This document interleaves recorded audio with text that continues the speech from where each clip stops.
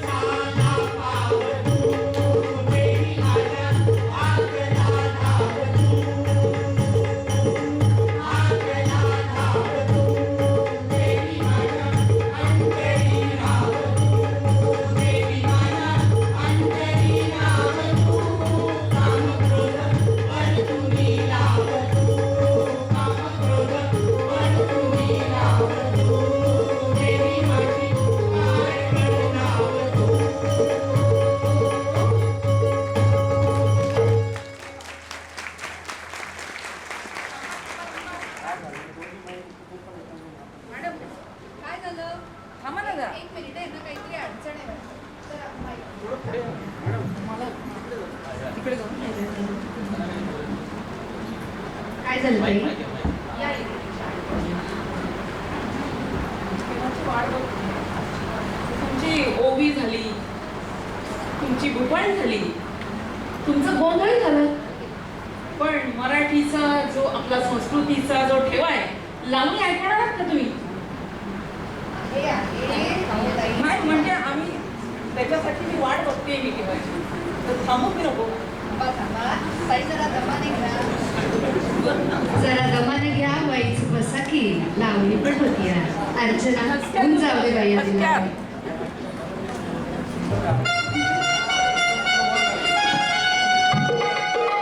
अहो नेहमी तर राहिला तुमची खाई नाकाला गठुड बांधायला आणि येऊ कशी तशी मी नांदायला हो, येऊ कशी तशी मी नांदायला, येऊ कशी तशी मी नांदायला हो, येऊ कशी तशी मी नांदायला.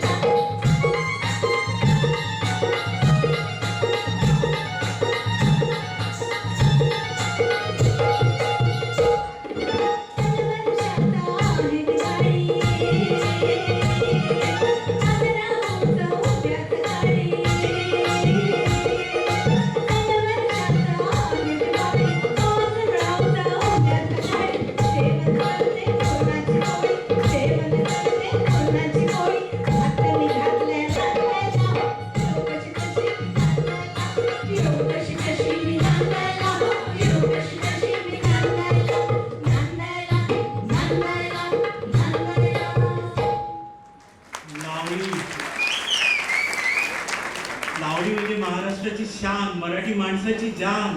अहो पूर्वीच्या काही पुस्तकं नव्हती, टीव्ही नव्हता, त्यामुळे गुगल तर खूपच लांब राहिलं. मग अशा वेळेस या लावणीने दिलं आपल्या मनोरंजनामधून आपल्याला शिक्षण, समाज प्रबोधन, धर्म, संस्कृती. मग अजून होऊन जाऊ द्यायचे ना आपल्याला एक दोन लावण्या.